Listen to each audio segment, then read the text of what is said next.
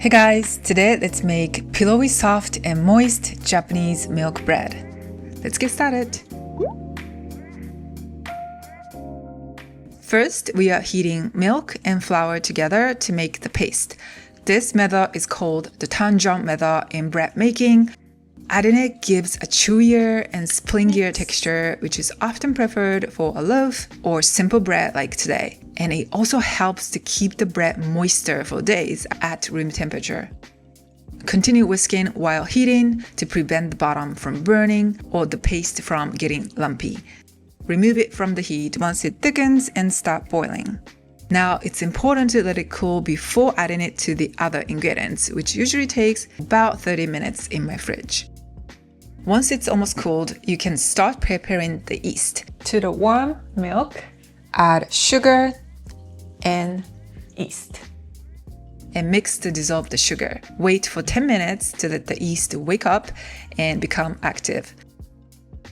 While waiting for that, combine flour, salt, and milk powder. The dry milk adds more milk flavor, but you can omit it if you can't get it. Add the prepared yeast mixture once it's ready. And this is ready.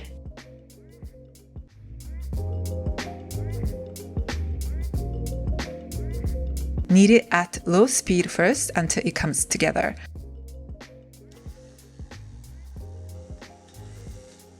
Once it forms a ball, knead for about 1 minute at level 4 with my stand mixer.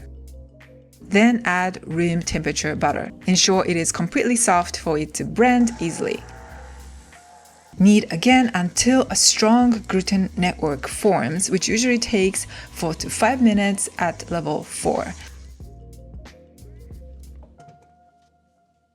The dough is sticky, so I like to apply oil to my palms before touching it so it will not stick. To check if it's kneaded enough, stretch the dough like this. You should be able to stretch it thinly and see the gluten network.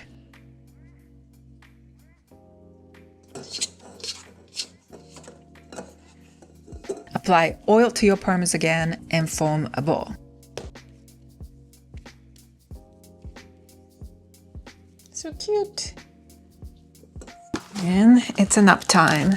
Wrap the ball tightly and let it rise at room temperature until it gets about 2 to 2.5 times bigger. Meanwhile, grease your loaf pan with butter. Okay.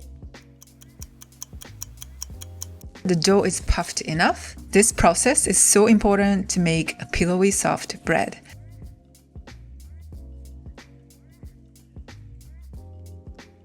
Press the dough gently and evenly. Do not punch it vigorously, otherwise the gluten in the flour will tighten up again and it makes it harder for you to roll after this.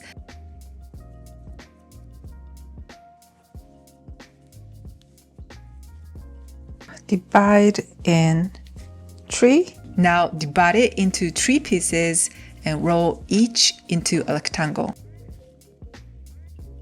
As needed, dust some bread flour on the counter and the dough. Fold in the edges like this and roll it up.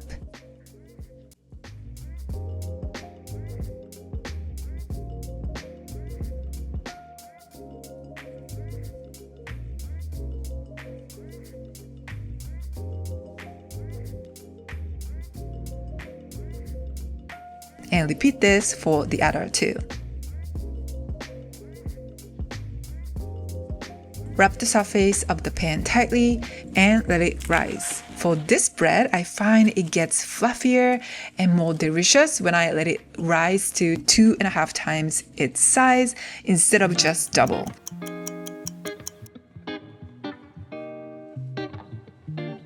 Now gently brush the egg wash on the surface. The dough is very fragile, so touch it very gently and do not give it a shock before baking.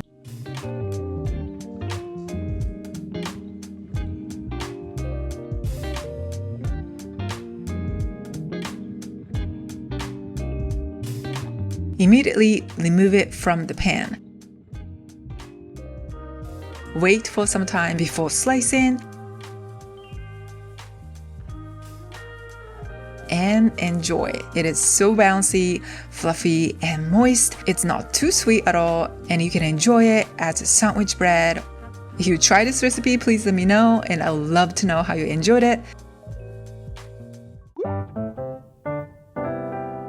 To store the bread, wrap the surface tightly with plastic wrap or place it in a storage bag. For the best taste, consume it right away or within 2 days.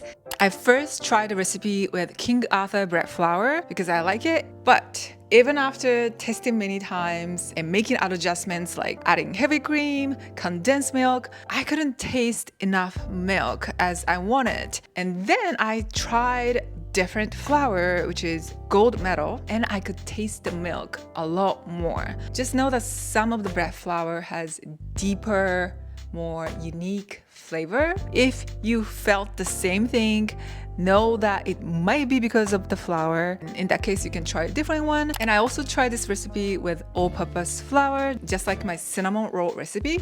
And just like that time, I had to knead it twice to get the enough gluten width. Twice means 10 minutes. I know, it's crazy, but yes, that's how much I needed to knead. And about the taste, it was not as sweet and deep as the one with bread flour, and it was a little bit more squishy. So for this recipe specifically, I recommend using bread flour to get the best result. And talking about bread, in the past I shared a couple of fluffy bread recipes and they are so good. So if you haven't tried them yet, please do. I think you're going to love it. And if you have a specific bread recipe that you want me to make, please let me know in the comment section below. And if you want to go over what you learned today, visit my blog, Pastry Living, and check out the blog post. But that's it for today. Thank you so much for watching. Enjoy Pastry Living, and I'll see you in my next video. Bye-bye.